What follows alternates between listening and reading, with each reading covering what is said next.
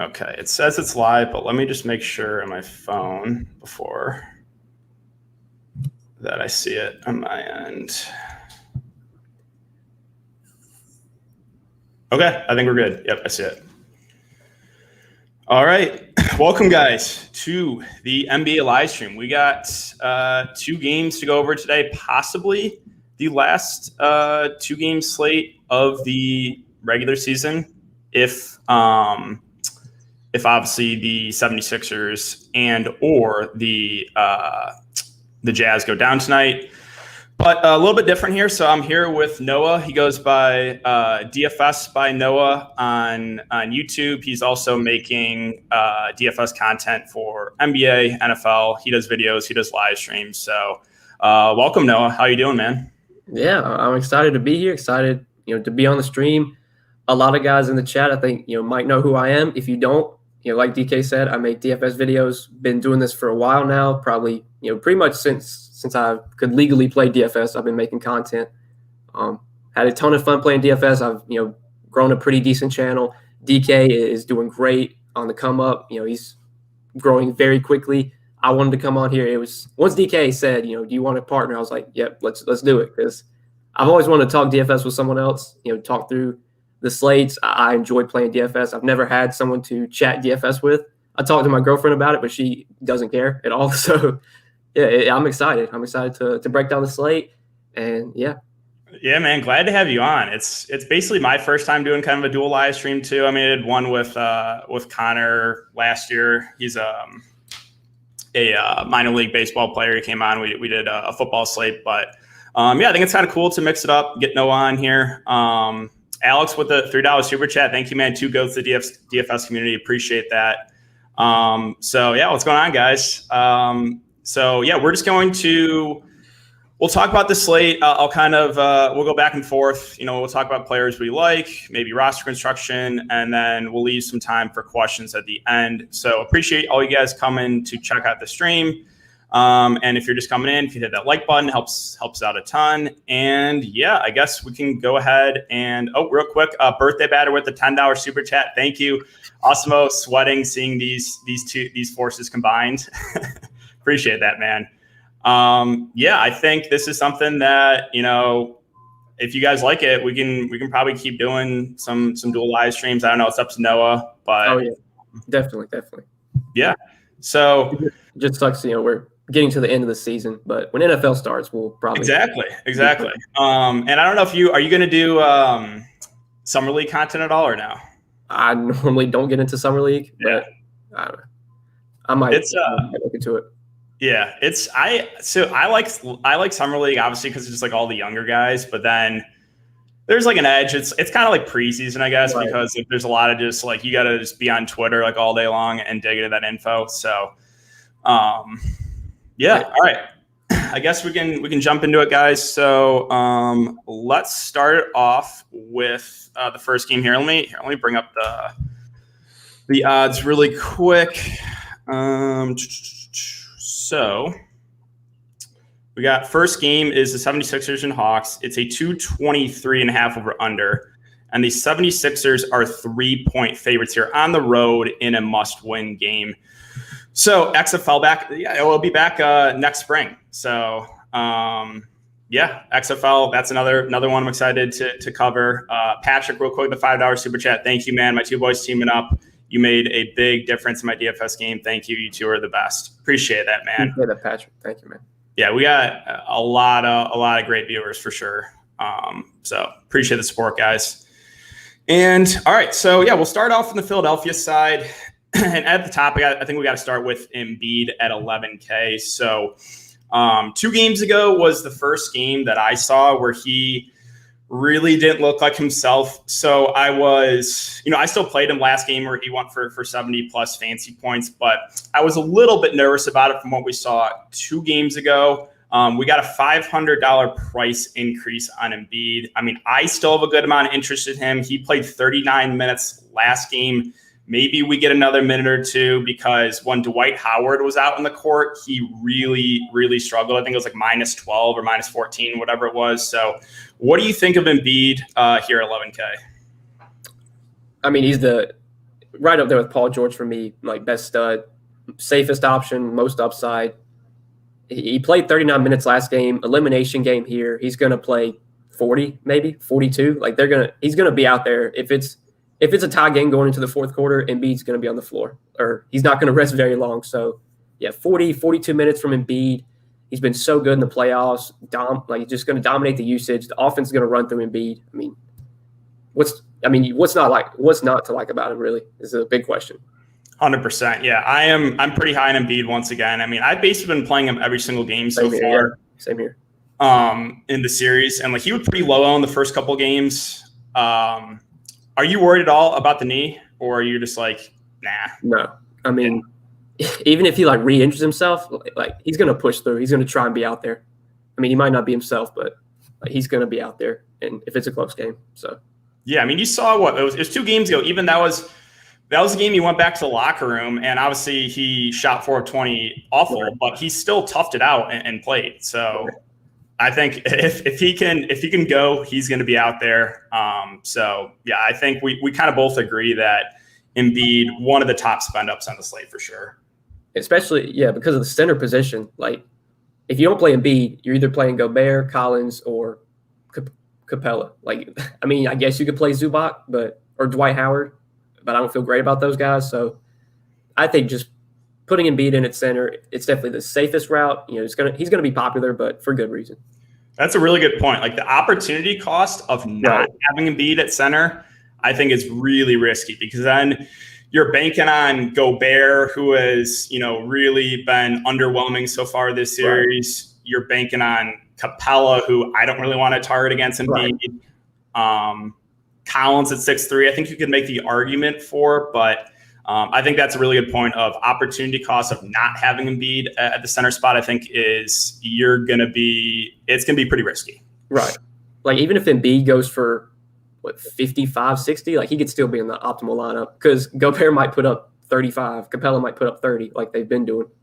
Right. And there's a lot of good value too at, guard, even forward position. So, yeah. All right. So I think Embiid, you guys can tell we're both pretty high on him. As far as the next 2 guys here for Philly, with Ben Simmons, Tobias Harris. Ben Simmons at 7'9". He had a pretty underwhelming game last game, went for 29.5 fantasy points, played 38 minutes. Obviously, he's been struggling at the free throw line, 4 of 14, 1 of 5 the last couple games. He's had 1 good game really so far this, I guess 2, 45 and 46 so far this series. I think, with guys like Paul George in the slate, maybe Trae Young, I think Ben Simmons is not going to be that popular. I think he's a decent contrarian play, and if you are going the Embiid fade route, then maybe you roll the dice in a guy like Ben Simmons. What do you think about Ben today? Yeah, I think like you said, the Embiid fade route, I think the one way Embiid doesn't get there, for one, he either gets hurt or maybe blowout, but I don't think this game's going to blow out. Or just Simmons and Harris have good games, and I think if you fade Embiid, you probably play one of Simmons or Harris. The possibility of all 3 of these guys having bad games just seems so low when they're all playing 40 minutes. Like, one of them's going to do well between Embiid, Harris, and Simmons. I agree with that 100%. Real quick, we'll get to these super chats. Mark with a $10 super chat. Noah and DK, great to see you together. Please keep doing what you do. No projection models like us. I love your true opinions. Appreciate that, man. Thanks a lot. And Ryan with the $5 super chat. 2 codes of DFS community. Love your content, fellas. Thank you so much for all your help, and good luck tonight. Man, we have some great viewers here, man. Appreciate the support, guys. Again, super chats not necessary at all, but really do appreciate it. And thanks again. So so I think I agree with you there with, like, if you are fading Embiid, then you get to one of Ben Simmons or Tobias Harris, because if Embiid does, hurt that knee, goes to the locker room, then it's going to be Ben Simmons and Tobias Harris picking up the slack. So I don't think you do like a full fade of the top 3 guys for Philly. Yeah. Unless you're just like full game stacking and maybe hoping for a blowout. But that's the only way I could see that possibly working. Right. Okay, so Tobias Harris at 7'7". He had a really bad shooting game last game, 2 of 11. He did play 38 minutes. I kind of, for DFS, I always kind of like buying low on guys or, buying into a guy after a bad game. However, it's just the price at 7.7 is still, it's hard for me to prioritize him. Besides that last game, he's been actually playing pretty well, like 11 of 19, 10 of 16 shooting, 8 of 15. So it's not like he's been shooting awful.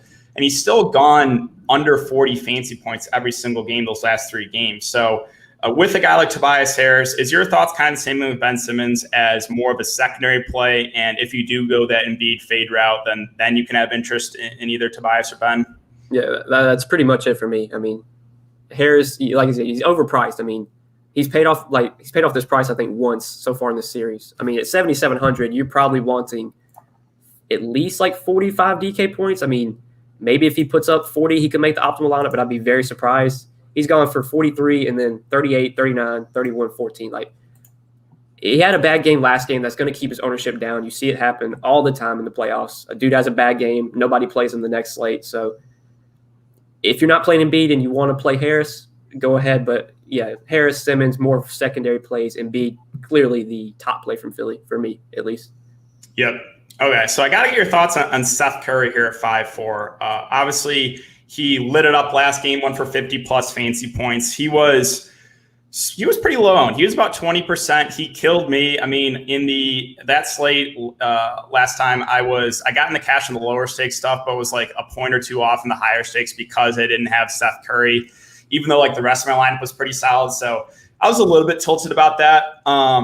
I do think with Seth Curry, he's probably going to play 35-plus minutes, and he has been shooting the ball really, really well. My one concern with Seth is he is pretty reliant on the scoring. But what are your thoughts on 5'4" for Seth? So for me, I think he's going to be over-owned. Like, what was you said 20% last night? That feels about right if I remember. Yep. He could be 35, maybe 40 tonight, like if not higher than that.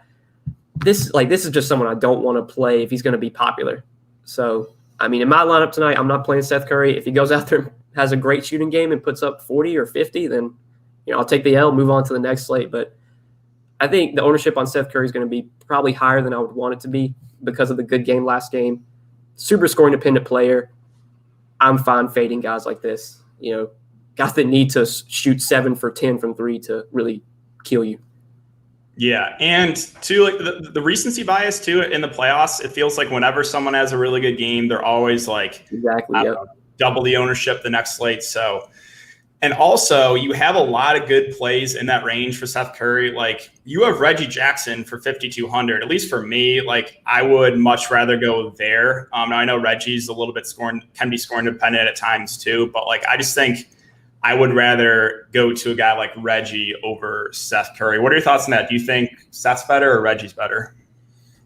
Personally, I think Reggie's the better play. I don't look at ownership projections, so I don't know who's going to be more popular. I think both will be at least like 30%.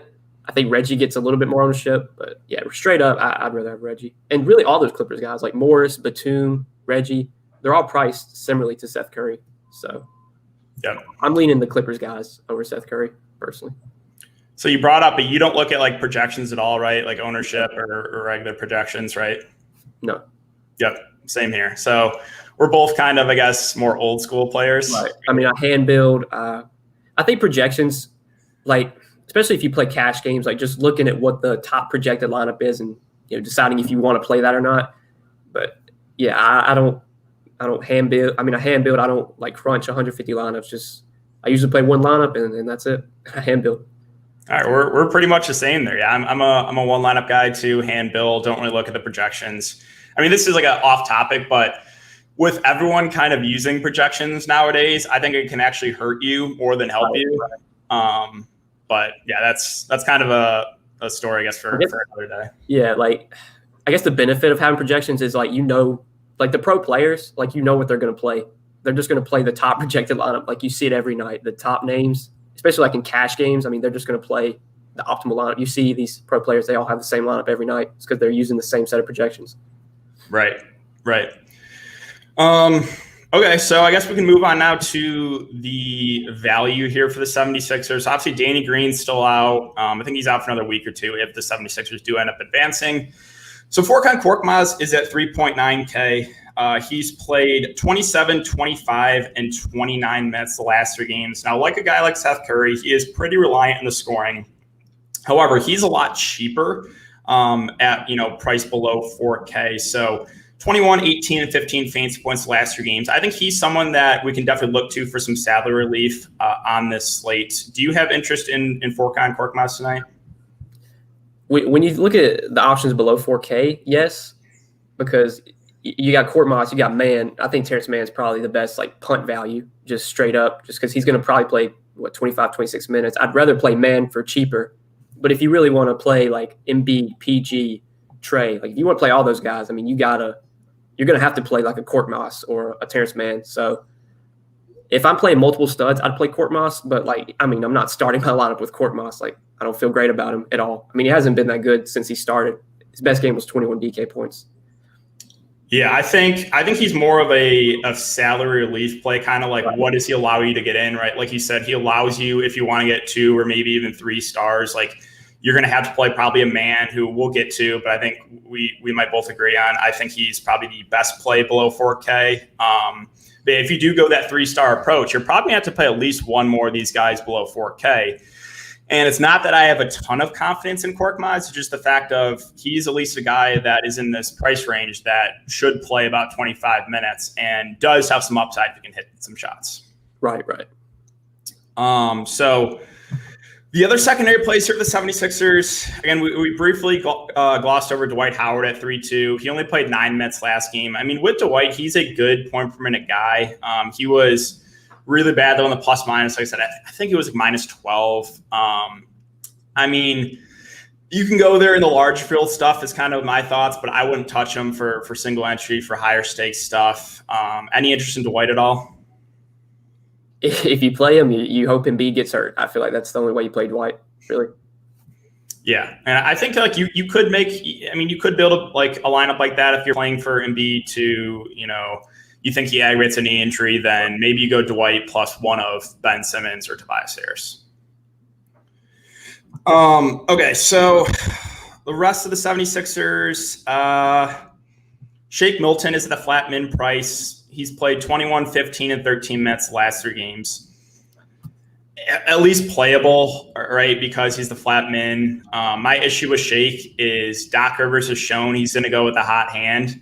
So, if Shake comes out and doesn't shoot the ball well or doesn't play well, they can go to Maxey. They can go to George Hill. We've seen Thibault play 21 and 24 minutes the last 2 games. Do you have any interest in any of these basically min-price 76ers? Not really. I think the one way they don't get there is if Korkmaz, his minutes are not secure. Korkmaz could play 20 minutes tonight, and I wouldn't be surprised. The way Korkmaz loses minutes is Shake Milton gets hot. Thibault's playing really good defense. One of those guys could take minutes from Korkmaz and be, in the closing lineup over Korkmaz. But no confidence in any of them, really. They're just dart throws. Dart throws at best, in my opinion.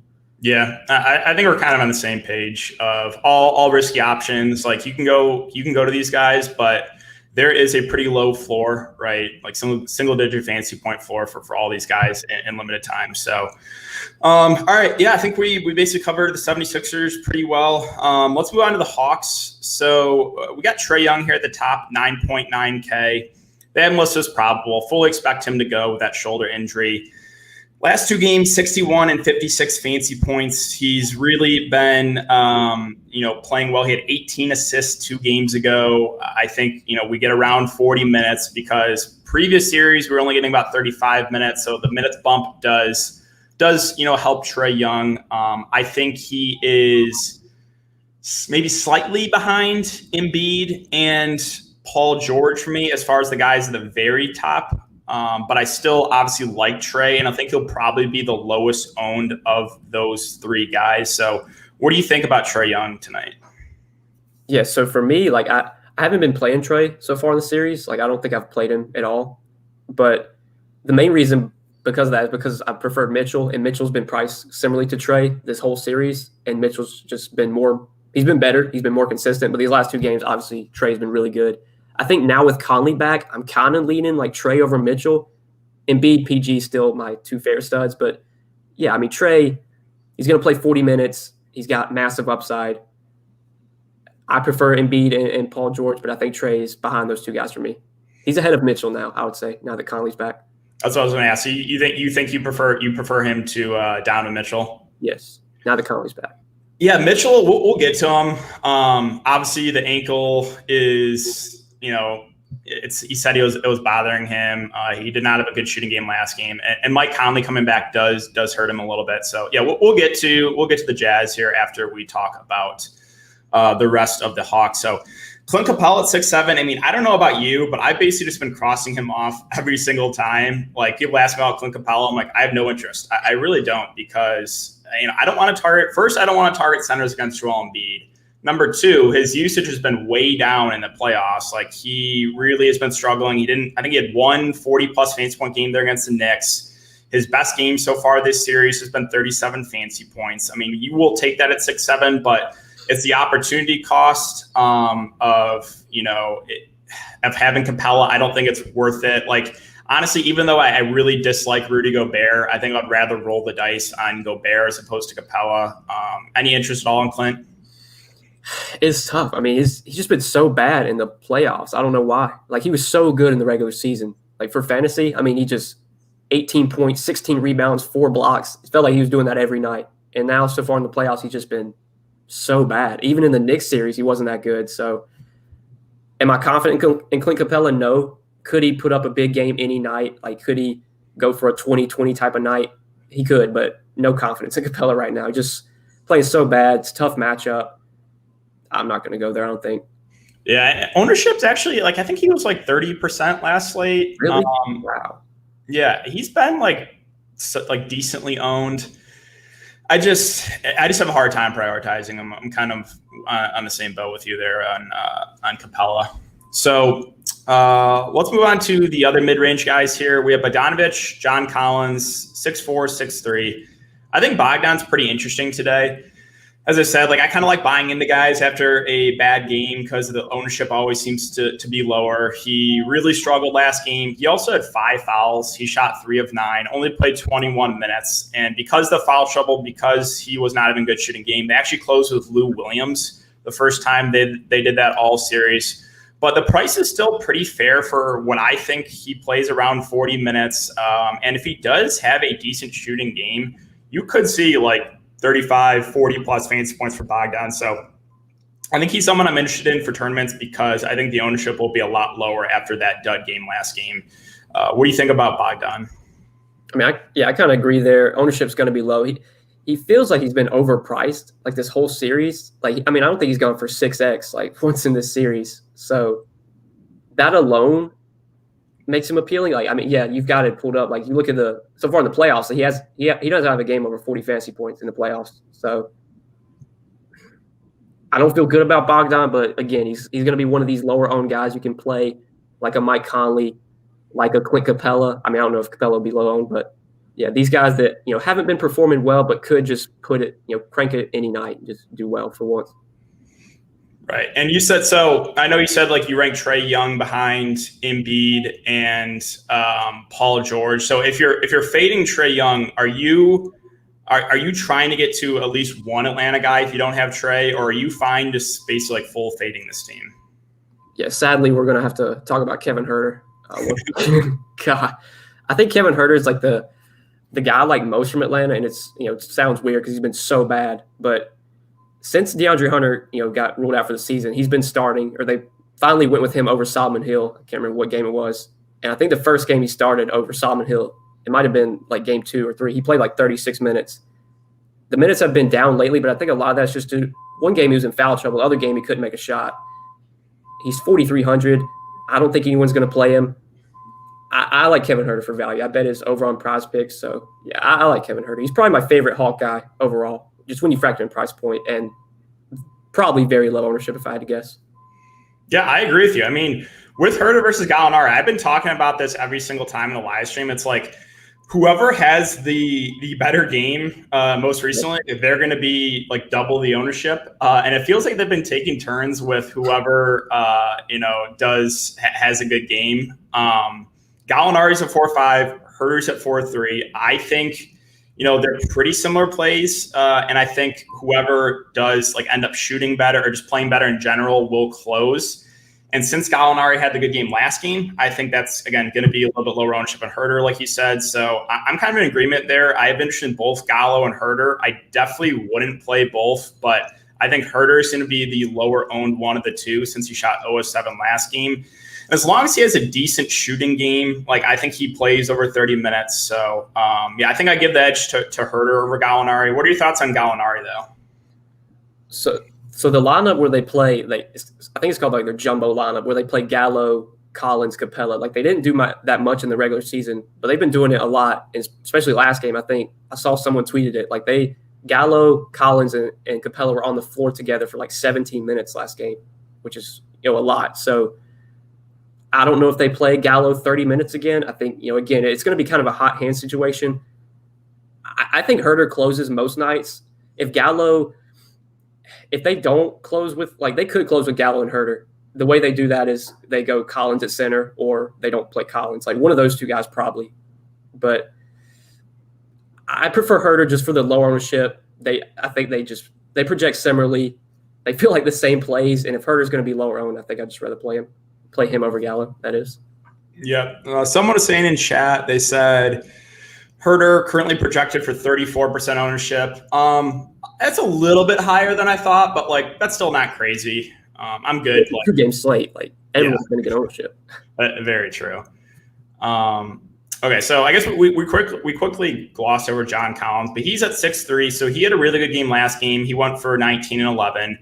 Back-to-back games of double-doubles. He's obviously a guy that can block some shots. He's, kind of been their number 2 on offense the last couple games behind Trae Young. The price point has come up to a point where it's a little bit difficult to prioritize him. But if you land on John Collins as the last piece in, like I'm perfectly fine with that. Again, 36 and 40 fantasy points the last 2 games. I know you said Herter is probably your favorite play in Atlanta. Do you have interest in John Collins? Dude, anytime I play this dude, I play him every time he has a bad game. Obviously, I haven't played him these last 2 days because he's done well. But, I mean, Collins just been so inconsistent. Like, he'll put up 40 one night, then, 25 the next night. I play him, he'll get in foul trouble or something. Just, anytime I play Collins, it never works. He's been playing well lately. I think he does get 35, 36 minutes if it's a close game. 6,300, the price is coming up a little bit. He's still in play for me, just, like you said, more of a last piece in, I think, rather than like a guy I'm starting my lineup with. Yeah, so Collins is one of those guys you can never get right. I have a long list of those guys, but I feel you on that. He is a guy that is prone to foul trouble. We haven't really seen it so far this series. I think we saw it a couple games, though, against New York. Yeah, this one game he only played 15 minutes. Like, that is a risk with John Collins. And again, the prices come up. So, again, more of a secondary play, I think, for both of us. I guess we got to talk about Lou Williams. He's at 3-2. They closed him last game. He shot really well, 7 of 11. I think most nights we get 12 to 14 minutes off the bench, which, does make him in play, but he's at the same price of a guy like Terrence Mann, who I'm a little bit more confident in for the minutes. So, I think I would give the edge to Mann over Lou Williams. However, I do think Mann is probably going to be more popular. So, Lou Williams, I think he's a decent GPP play, and who knows, maybe if he shoots really well, they could close them again and he could push for 20 minutes, but I think he's more of a contrarian value play for me. What do you think about Lou? Yeah, the 23 minutes he played last game, I think is the most he's played the whole playoffs. He's pretty much been capped at 15 minutes. I think he's just kind of been Trae's backup pretty much. I mean, he'll play some alongside Trae, but yeah, I don't think he plays 23 minutes again. He could, if he gets hot, if he starts knocking down shots, they could close with him over, Bogdan or Herter. But I have no confidence Lou will play 23 minutes again. I think most nights, like you said, 12 to 15 feels about right. Yep. Okay, and obviously we don't have to talk about guys like Solomon Hill or Tony Snell. They might play a couple minutes here, but those are guys we do not like playing for DFS, obviously. So let's move on to the second game here, and then once we finish breaking it down, we can get some questions at the end. So Utah, I think they're the most interesting team tonight because I just don't really know what to do here with Mitchell now that Conley is most likely back. How healthy is Conley with that hamstring injury? But we'll start with Mitchell at 9-3 at the top. I think, they said he's a game time decision. I fully expect him to play. I know I asked you that before. You fully expect him to play as well. Conley being back, I think, is a little bit of a hit to his usage. But, I mean, he still had some pretty big games there in that Memphis series with Conley in. And I think since it's do or die time that he might be asked to play a couple more minutes. I still like Mitchell a good amount here at this price. I think Conley being back, 1, plus the ankle, the game time decision, 2, plus the fact they did a really bad shooting game 3. He'll come in at lower ownership than I think he should. So for those reasons, I'm actually really high on Donovan Mitchell. I think he's right up there for me with Embiid and Paul George as my favorite spend ups. So what are you doing with Donovan Mitchell?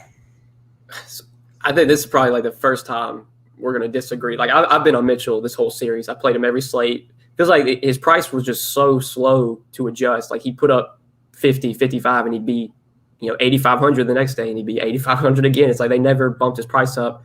The price is up a little bit now. Conley's back. Is Mitchell actually fully healthy? Like we just have no idea. I mean, I expect him to play obviously, but is Conley playing because Mitchell might not be 100%? Like I just don't. I prefer Trey now. I haven't been on Trey much at all, but I'm leaning Trey over Mitchell. Again, Embiid, PG, the guys I want to build around, but Mitchell's a good play. I mean, he's just, you can't play all these guys, I would say. So I think I'm leaning Trey over Mitchell, just me personally. And we can disagree. We've agreed a lot so far, but I think we've agreed a lot. So it's good to disagree on this one, I think. I think Mitchell is still right up there for me. And I completely, understand where you're coming from with, the price is not great. I mean, 9.3 is, I would have wished it was a little bit cheaper with Conley back. And it just, like I said, there's a lot of question marks here. How many minutes does Conley play, right? Is he going to be limited? I mean, do you think we get any of that news before the first game locks? I would say probably not. I don't think so. Like, we never got Harden news, like minutes restriction or anything. And he played like 46 minutes. Like, I mean, if Conley plays 40 minutes tonight, I'd be very surprised. But I mean, I'll be, seeing if the beat writers say anything. Like, I think that could be meaningful, but I don't think we're not going to know. Like, we don't know how many minutes Conley plays. We don't know how healthy he is. He's going to be low on. We talked about it before we got on the stream. Like, I think if you play in large field GPPs, like just taking a shot on Conley and hoping he's fully healthy or close to it could be a good strategy. I don't know if it's something that I'm going to do, but I don't think nobody's playing Conley tonight. I don't think he'll be less than 15%. If he's more than that, I'd be very surprised. Yeah, so if we get news that Conley is starting and there's no minutes limit, then we might get like 20% Conley, maybe. It's just a big question mark, like you said. Now, you brought up Harden. Like that game was one of the most surprising games where like he comes in, he plays 46 minutes and he does nothing. He's basically like PJ Tucker. I just got to ask you, like, I rolled the dice in Harden his first game back. So I was like, you know what? Why not? I'll do it. It's the showdown slate. I tried to make my lineup different. It obviously went awful. Did you expect 46 minutes from Harden that first game back?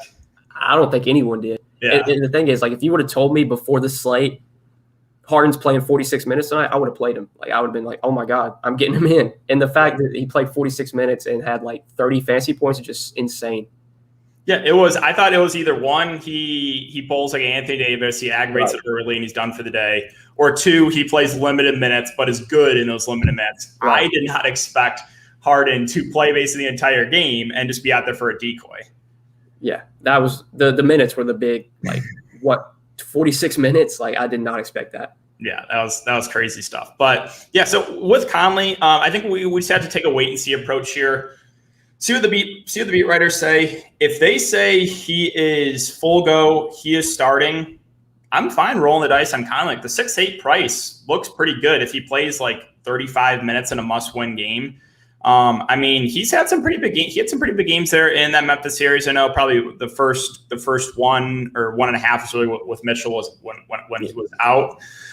But yeah, I think this is just wait and see approach for Conley. And if he's full go, no minutes limit, I'm good going there for GPPs. If they say he's going to be limited, then I'll probably just stay away.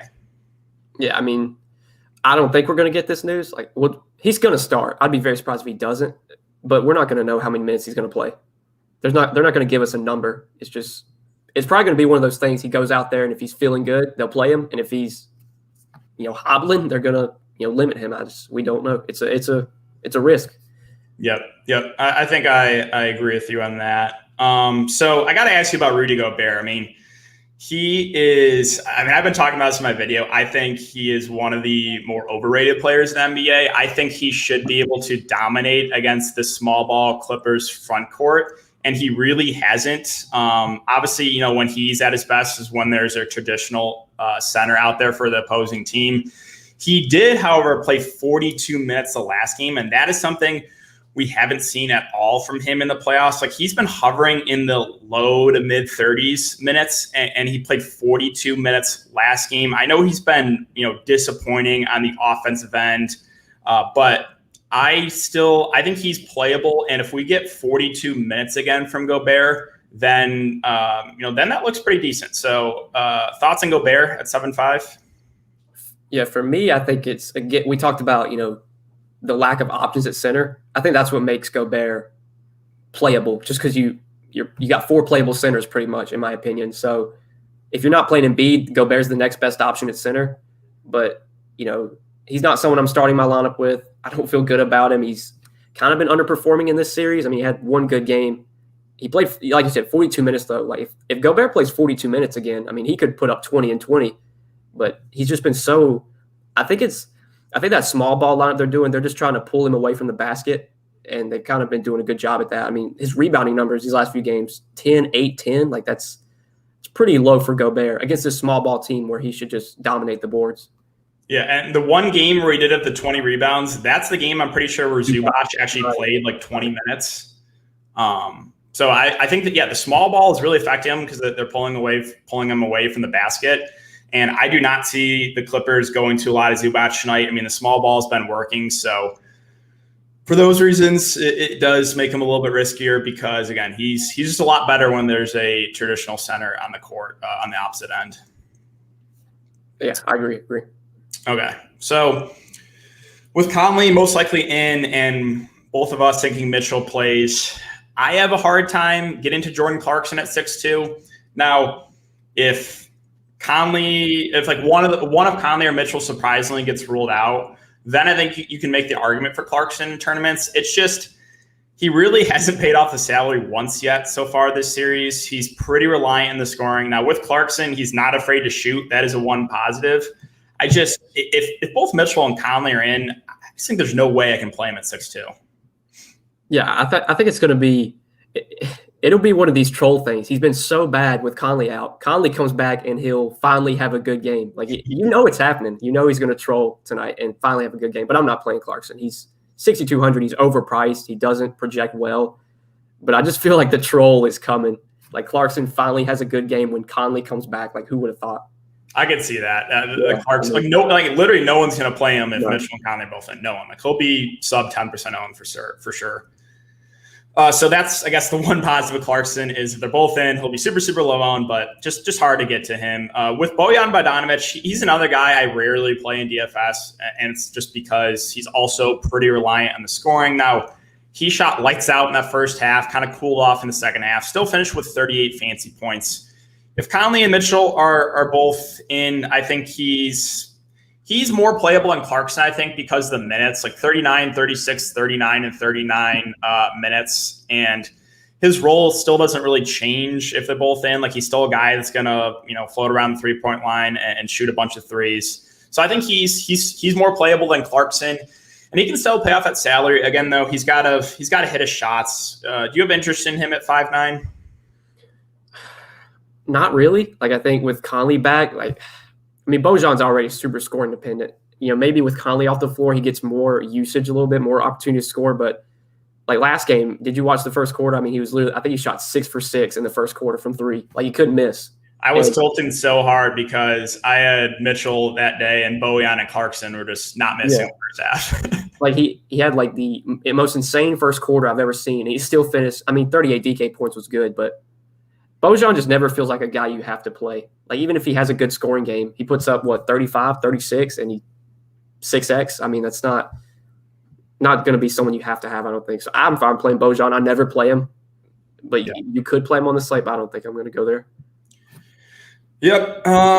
So Joe Ingles, 5'5". Basically the same thing I'll say about Clarkson. I have a really hard time getting to him with Mitchell and Conley most likely in. Now, again, if one of those guys is surprisingly ruled out, then I have more interest in Ingles. Ingles has been like the number 2. So when Mitchell was out early, it was like Conley and Ingles. With Conley out, it's been a lot of Mitchell and Ingles for me. So he's kind of been the second Utah guy I've been looking to when one of those guys are out. But again, if both are in, he feels like a little bit overpriced and probably someone I'll stay away from. Yeah, pretty much when Conley was out, I think I played Ingles like every slate. But obviously with Conley back, I mean, 5,500 Ingles, no, you can't go there. I mean, could he troll us like Jordan Clarkson might do? Sure, but I'm not playing Ingles or Clarkson. They both benefit without Conley. Now that Conley's back, I don't see any reason to go there. Okay. Yep. We're on agreement on the secondary options. I do have to bring up Royce O'Neal at 5K. I think he's still fine. I mean, he's more out there for his defense. He's gone for 27, 21, and 29 fancy points the last 3 games. He's probably going to push for 40 minutes. I mean, he'll probably defend Paul George a lot. A decent rebounder, a guy that can get you some blocks and steals. It's just I have a hard time prioritizing Royce when you have Morris and Batum on the opposite side, basically same price. And I just think I prefer those 2 guys to Royce with no Kawhi Leonard. But I do think he'll come in at lower ownership and still playable. I just think I rank him behind Morris and Batum.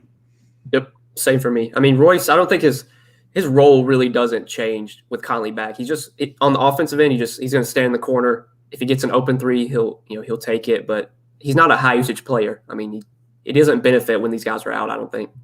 The way Royce gets there is he gets double-digit rebounds, he knocks down a couple threes, and maybe he gets like 2 steals and a block.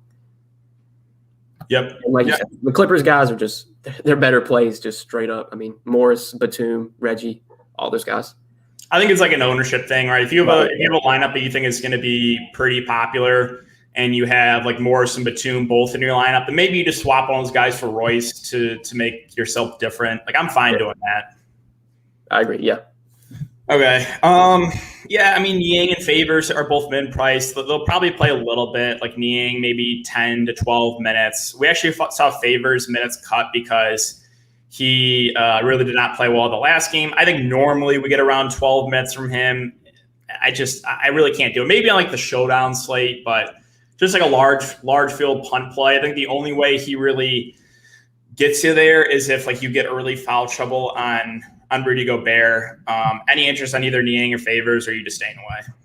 I mean, Favors, I think there was one game Gobert got in foul trouble, and I don't even think they brought Favors in. Like they just played small because the Clippers are playing small right now. They don't need Favors out there. So it's the Dwight Howard type play. If you play him, you hope for Gobert foul trouble or injury. I mean, nothing. That's true. No, they did go. I do remember that Gobert got in foul trouble. I forget what game it was, but they didn't go to Favors. Right. The one really big game he had was against Memphis, and that was against our traditional center though in JV. We went for 34 fantasy points because Gobert got in early foul trouble. Just a large field tournament play for me. Not really something I can get to with my one lineup. So you good moving on to the Clippers? Let's do it. Yep. All right. So Clippers. Once again, they're going to be my favorite team to target here. No Kawhi Leonard, obviously Ibaka out for the season.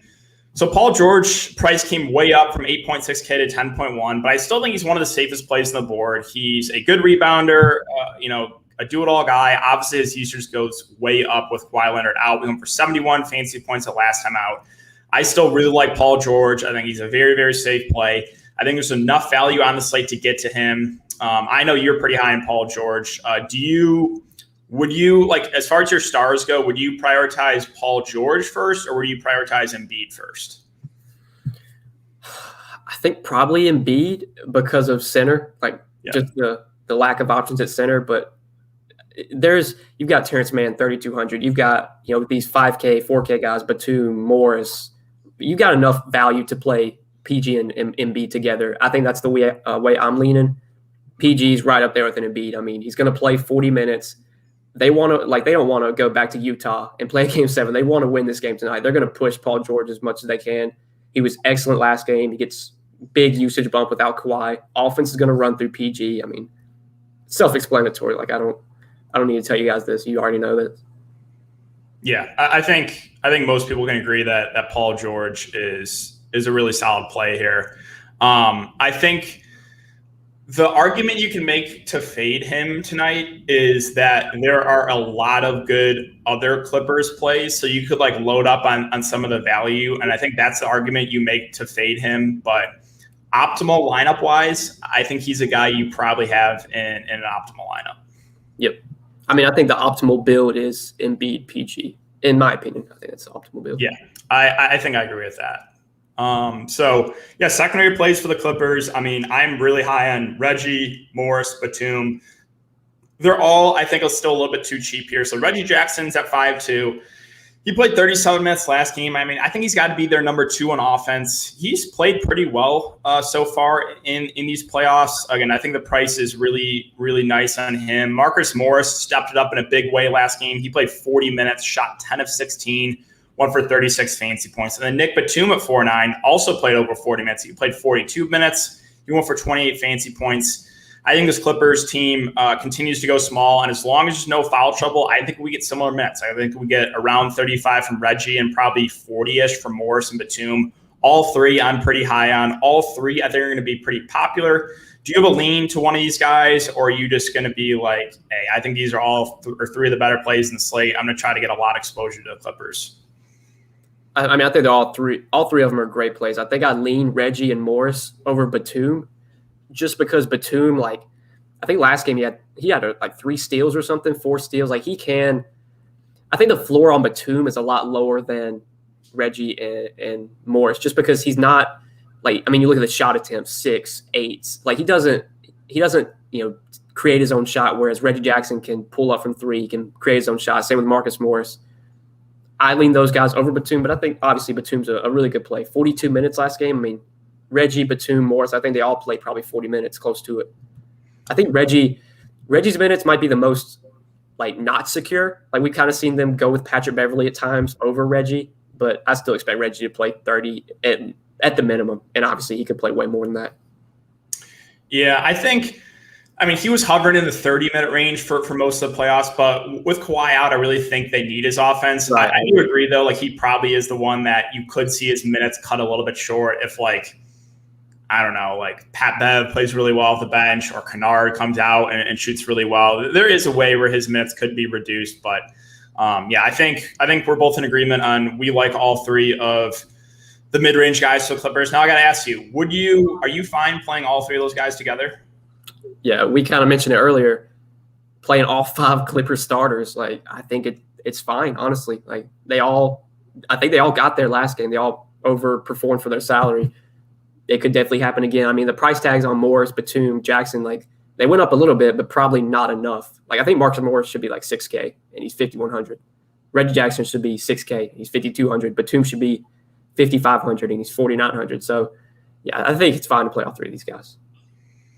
Yeah, and I think that will actually be a somewhat popular approach of just loading up on the Clippers. Like, I think probably want at least 3 Clippers, I think. And obviously honestly, maybe up to 5 to 6. Like, I think you could make the argument to play the whole starting 5. There's a couple cheap guys who I guess we can get to now. So Terrence Mann is most likely going to start again. He's at 3.2. I mean, that's just underpriced if he's going to play 25 minutes. My one concern with Terrence Mann is Ty Lue has shown, at least so far in the playoffs, that the bench or like just the secondary rotation is not secure. And I think if he doesn't play well, they could go to Kennard, they can go to Pat Beverley. So I don't think there's a guarantee in his minutes, but I think for a guy that is close to mid price, he's one of the top values on the slate. I know you like Terrence Mann, right? Right.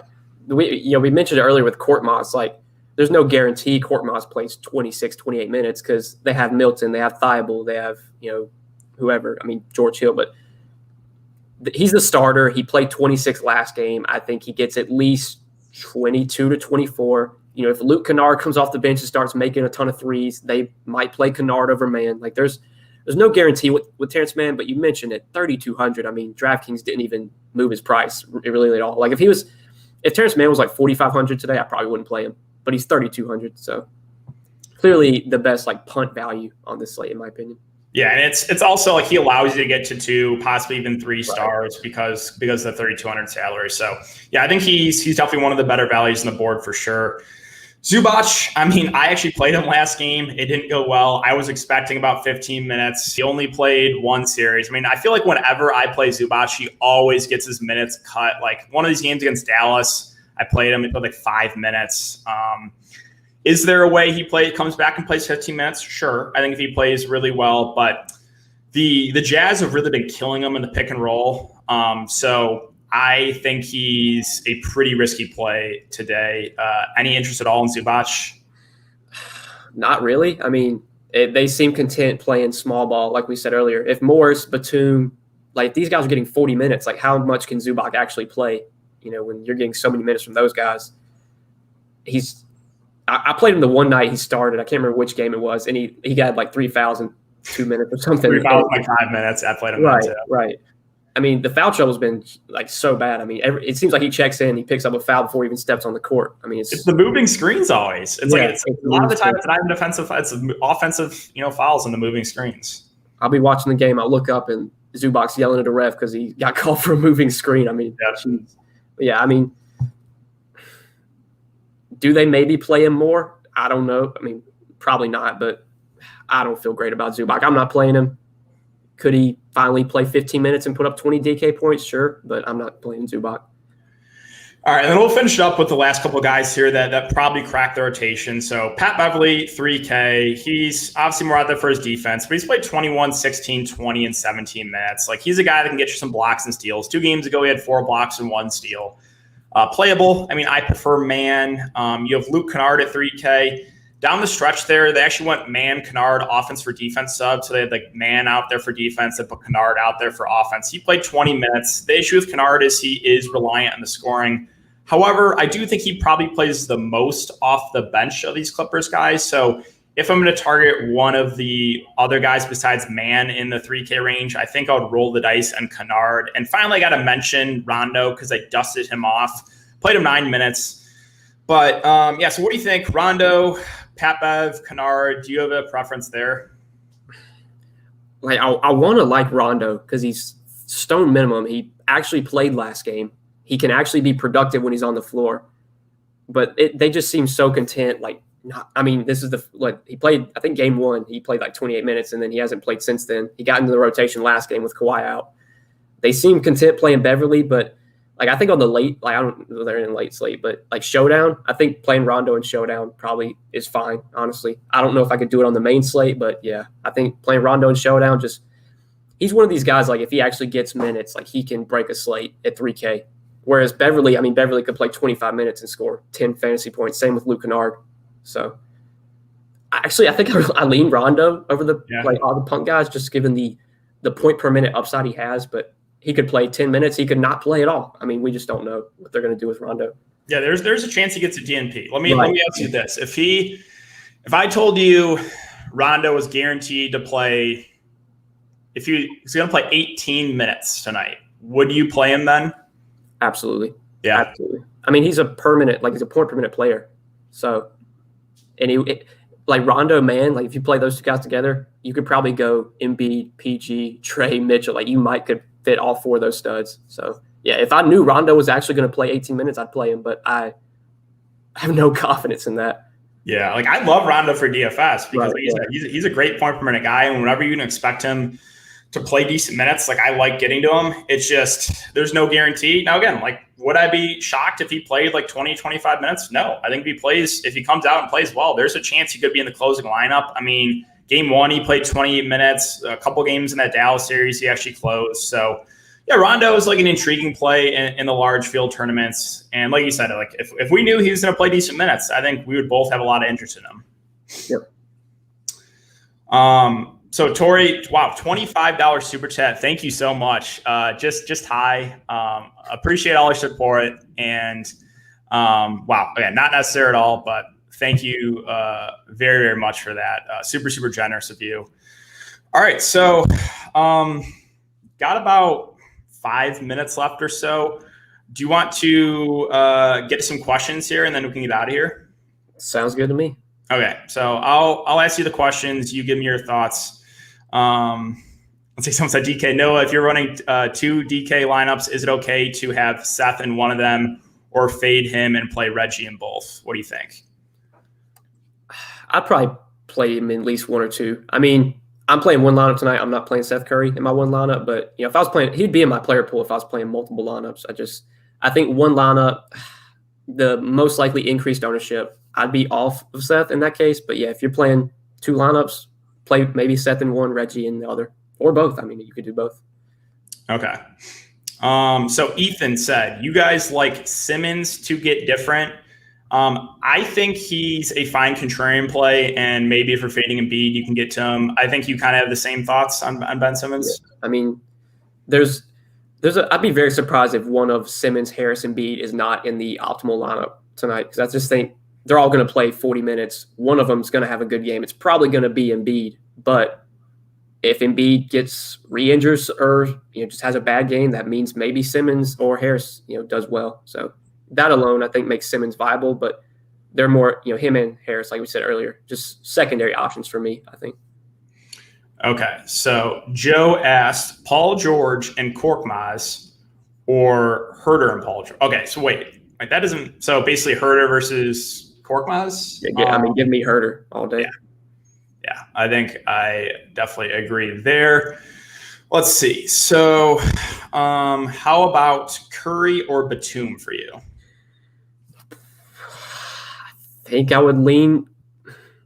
I know I've been shitting on Curry the whole video, but I probably would take Curry there just straight up. But I mean, I think both project pretty similarly. If you do look at projections, I think the projections are going to be very similar for those two guys. Batum maybe plays a few more minutes, but I think I'd lean Curry. It depends. Like maybe if you already have Morris and Reggie, maybe you don't play Batum there. Like maybe you play Curry. That's what I was going to say. If you're loading up on the Clippers, then right, maybe you go Seth Curry. And I think straight up, not looking at salary, it's Seth Curry for me. If it's point per dollar, I think it's close to a toss up, but it comes down to kind of roster construction there. I agree. Yeah. Gabriel with the $5 super chat. He said, dope seeing both of you on a stream together. Let's win tonight. Much love, fellas. Hey, appreciate it, Gabriel. I know you've been a long time viewer. So thanks again. Really, really do appreciate the super chat. And let's keep going on some of these questions. So Christy asked, Bojan Badanovic or Seth Curry? I mean, I think they're pretty similar in the fact of both should play about 35 minutes. Both are relying on the scoring. Do you have a lean there? Probably Curry for me, but yeah, they're similar plays. They both need, for them to put up a ceiling game, they need to hit 6 or 7 threes, and they both did it last game. Could they do it again? Sure. If I had to pick one, I think I'd lean Curry over Bojan. Okay. Brian asked, Mitchell or Trey? I think this is where we actually disagree here. For me, I would rather have Mitchell. I think he comes in at lower ownership with Conley back. I do think there's obviously a little bit more risk with Mitchell. I think I know your answer, though. You lean Trey, right? Correct. Yep. Okay. So let's see. Yeah, of course, I like how the questions pop up. Yeah, this is my first time using StreamYard, but I think it's really, really simple. You can pop up the questions. I think it's pretty cool, and it's really easy to do a live stream. Let's see. So Ant asked, Ingles and Royce O'Neal or Herter and Bojan Badanovic? Give me Herter and Bojan. I'm kind of off. Ingles, could he troll us? But sure, but I'm off of him now that Conley's back. I mean, he's going to go back to the bench most likely. His minutes are going to take a hit. He's been priced up for when Conley was out, so I definitely prefer the second side there, Herter and Bojan. Yeah, I think it's pretty clear for me too. I like Herter and Bojan a lot more there. So let's see, what else do we got? Darius asked, sneaky GPP tournament Mike Conley. Yeah, I mean, I think we both are in agreement of he's going to be low owned. Obviously monitor the news. We might not get anything. I know you're probably not going to play him. I think he's in consideration for me on a 2-gamer because I always try to get different, maybe in 1 or 2 spots. But yeah, I think he'll be pretty low. If you had to guess, what do you think his ownership is, Mike Conley? And the $20 100K to first, probably I think around 15, which is low for a 2-game slate. 15% is super low on a 2-gamer. Yep. Yep. I think it's definitely sub 20% for sure. If we get word at 9:00 that he's starting and not limited, maybe it boosts up to 20 or something. But 15 to 20 feels where he's going to be. All right, so winding down, guys. Got another minute or so. So 30 last minute questions in there. So Thomas said, is Embiid a must play? We both hinted I'm going to play him. I know you're going to play him. Would I call him a must play? No. I think you can make the argument to fade Embiid. Again, it comes down to opportunity cost. And, if you do fade Embiid, I think you get to those other 76ers. Would you call him a must or? I mean, damn near close to it because I don't feel great. I don't feel great about Gobert. I don't feel great about Capella. John Collins, I never get him right. So Embiid's my favorite stud because we talked about it earlier. Just the lack of options at center. Again, if Embiid puts up 60 tonight and maybe underperforms, he could still be in the optimal lineup because no other centers come close to what he does. Yep. Again, we both said we are going to play Joel Embiid. So if you guys want to follow our lead, I think ownership, he's not going to be crazy owned. He's been sub 50% owned basically every single slate. So he was 42 last slate, I think. Yep. All right. Last question here. Let's see. Ray said Seth Curry, Joe Ingles, Royce O'Neal, or Nick Batum. For me, it probably is a small lean there to Seth. What do you think? I mean, I'd cross off Ingles. So it's basically, Curry, Royce, Batum. I think we already got a Curry, Batum question earlier. I said Curry. I'm going to have to go with Curry again. Okay. Wow. Thrifty, $50 super chat, man. He said YOLO. Wow. Super, super generous of you. I got to figure out a way to we'll have to give, I'll have to Venmo you or something. We'll talk about it later, but give you half these. Yeah, man. So let's talk about this. So I really enjoyed doing a dual live stream. I think this is something that I would 100% be down to do in the future if that's something that you're interested in. Absolutely. I think when the finals get here, that'll be everyone, there's going to be more interest in, views and content. People are going to want to, because I think they already put up a Millie Maker for game one of the finals. So that will definitely be, I don't know what your schedule is, but game one of the finals, for sure, we could maybe do something then. Yeah, 100%. We could stream and do one again before that, maybe during the conference finals. I don't know. 100% down. I think DraftKings will have still 2 day slates. They have the Thursday, Friday slate or whatever for the conference finals. So yeah, I think we could definitely do this again. And so Thrifty Nickel, thanks again, man. You've been super generous all year with super chat. So really, really do appreciate that. And yeah, no, I think we're wrapping it up. So thank you so much for coming on, man. I really had a lot of fun doing this. I think, these 2 games are going to be hopefully pretty good. I think both will be competitive. Hoping for no blowouts. There's been a lot of bad variance, I feel in the NBA playoffs. The blowouts have been insane. For playoff games with 1-point spreads, teams are going out there and losing by 25, 30. It's what? Yeah, I had a pretty rough start to the playoffs, with a bunch of random blowouts or foul trouble, stuff like that. But thanks again for coming on, guys. Again, YouTube, it's DFS by Noah. I should have linked it in the description. I'll make sure to do that again. Thrifty with another 50. This is for Noah. So again, we'll link up after in the DMs. I'll make sure to get you a Venmo over for some of these super chats. But yeah, Thrifty is one of the GOATs. He's super, super supportive. And thanks again for that. Really do appreciate it. Thank you, Thrifty. Thank you, man. For sure. Yep. All right. So that's going to do it, guys. Good luck. Enjoy these games. And I will see you guys back here tomorrow because we got the Bucks. I guess I'll ask real quick, Bucks, Nets. What are your thoughts on Game 7? What do you think happens? So I thought the Nets were going to close it out last night, and that obviously didn't happen. For them to win tomorrow, I think KD's going to have to go for 50. He's going to have the type of game he had in Game 5. And KD, I don't want to bet against KD right now. He's been playing so well. But God, without Kyrie, with Harden playing on one leg, it's just so hard for them to beat this Bucks team, I think. I think the Bucks win, but I want to see the Nets win. I want to see just another 50 burger from KD, just one of those playoff crazy type performances, you know? Yeah, I think I'm hoping the Bucks win because I made a bet on them before the playoffs to win it all. But man, I gotta say, if the Nets were fully healthy, this wouldn't even be close. Like you saw how dominant they were with just Kyrie and KD in the first two games. That was like the big for the Nets. I mean, if they can stay healthy, they're going to be in the finals because they're the best team, in my opinion, when they're fully healthy. But they're not fully healthy, so here we are. Definitely. And one more super chat, Dominique, with a $20 super chat. Please, both of you, do this more often. Yeah, I think you guys liked it. I mean, I really enjoyed it. So we'll sync up more and probably try to do more of these for you guys. But yeah, that's going to do it. I got to go stream on Patreon. So thanks again, guys. Enjoy these games. Thanks again, Noah, for coming on. And we will talk to you guys later. Peace.